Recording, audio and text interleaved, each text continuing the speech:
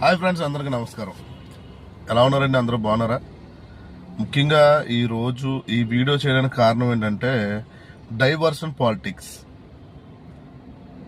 ఏంటంటే హైకోర్టు నివేదిక ప్రకారం కల్తీ నెయ్యి జరగలేదు, అలాగే అందులో ఎటువంటి జంతు అవశేషాలు కూడా కలవలేదని కోర్టు అనేది క్లీన్ చిట్ ఇవ్వడం జరిగింది.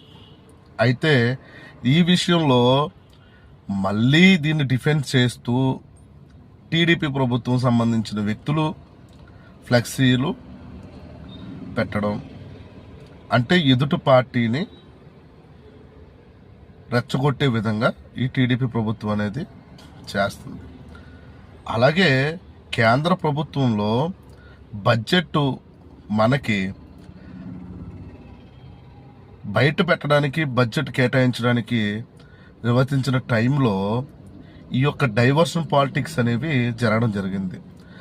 దరిదరిగా నిర్మలా సీతారామన్ గారు 177 విధాలుగా మన బడ్జెట్ అనేది ప్రకటించడం జరిగింది. అందులో కనీసం ఒక్కటి కూడా ఆంధ్రప్రదేశ్ సంబంధించి ₹1 కూడా కేటాయించకపోవడం చాలా బాధాకరం.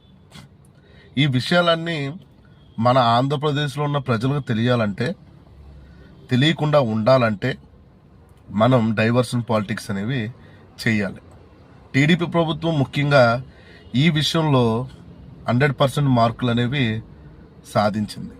ఇంకో విషయం ఏంటంటే, సోషల్ మీడియాలో ఉన్న చాలా వ్యక్తులు, చాలామంది ఇక్కడ గుండు సూది శ్రీను అని చెప్పేసి మనోడు సోది చెప్తా ఉంటాడు, యూట్యూబ్లో పెట్టి ఆడి ఛానల్ ద్వారా పెడతా ఉంటాడు. వాడేం మాట్లాడుతున్నాడు, 20 నెలలుగా ఉన్న వాళ్ళ యొక్క టీడీపీ కార్యకర్తల యొక్క ఆవేశాన్ని వీళ్ళు అణుచుకుని ఒక్కసారిగా అగ్ని పర్వతంలాగా ముందుకు వచ్చేసింది.